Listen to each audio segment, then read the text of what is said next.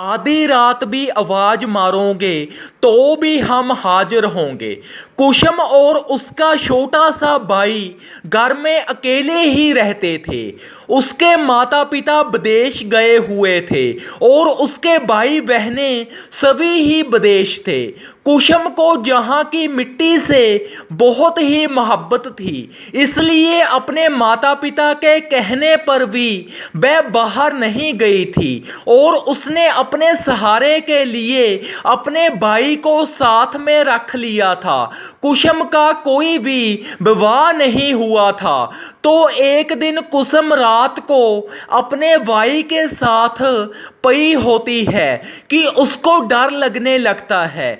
तो वह बहुत ही डर जाती है और एकदम ही उठ जाती है और डरकर उसका छोटा भाई भी उठ जाता है और वो रोने लग जाता है कि क्या हुआ। तो कुसुम उसे बोलती है कि कुछ नहीं हुआ, तुम सो जाओ। वो तो डरावना सपना था। तो वो फिर सो जाते हैं और एक दिन उसका छोटा भाई थोड़ा सा बीमार हो जाता है। रात को तो पहले तो वह डरती उठती ही नहीं है कि अब क्या करूं, लेकिन दिल पर पत्थर धरकर उठ जाती है और अपने शरीकों के गेट बनने लग जाती है। शरीक जाग ही रहे होते हैं, उन्हें पता भी चल जाता है कि ये तो कुसुम ही है, पर वो ऐसे ही पड़े ही रहते हैं, दरवाजा नहीं खोलते। तो उसका भाई रब की कृपा से अपने आप ही ठीक हो जाता है और दूसरे दिन कुसुम बहुत ही डरी हुई होती है और वो उठती सार ही अपने शरीकों के पास जाती है और बोलती है कि मैंने रात इतनी बार गेट खड़काया, आपने खोला ही नहीं था क्यों। तो वो बोलते हैं कि कितने बजे। वो ऐसे पूछने लग जाते हैं जैसे कि कुछ जानते ही ना हो। तो वो बोलते हैं कि हम तो पे होंगे।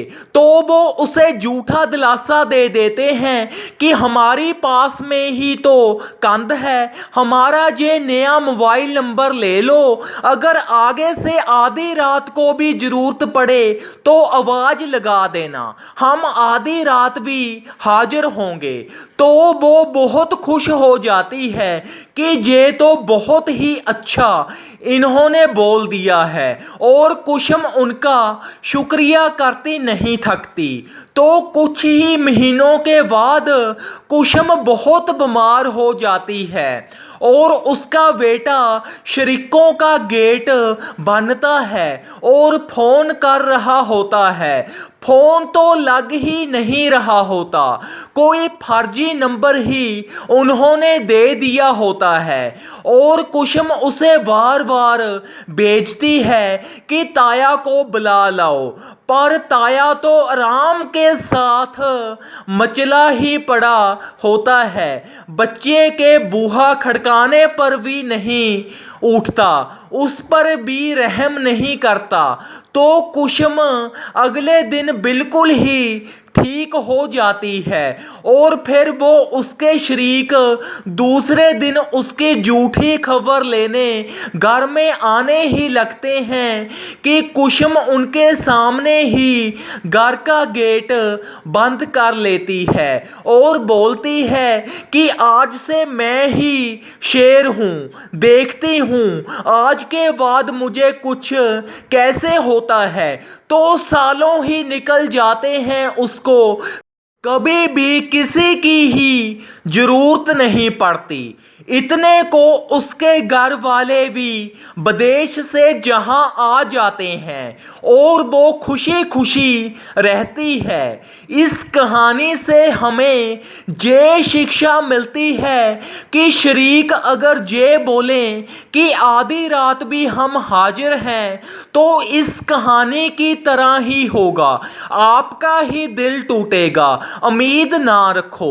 धन्यवाद। इस कहानी को ज़्यादा से ज़्यादा शेयर करें। अगर आप चैनल पर नए हो तो चैनल को सब्सक्राइब जरूर करें। सब्सक्राइब के साथ बेल आइकन भी प्रेस करें ताकि आपको वीडियो का हर नोटिफिकेशन सबसे पहले मिल सके। अगर कहानी पसंद आए तो एक प्यारा सा लाइक जरूर करें और कहानी को शेयर जरूर करें।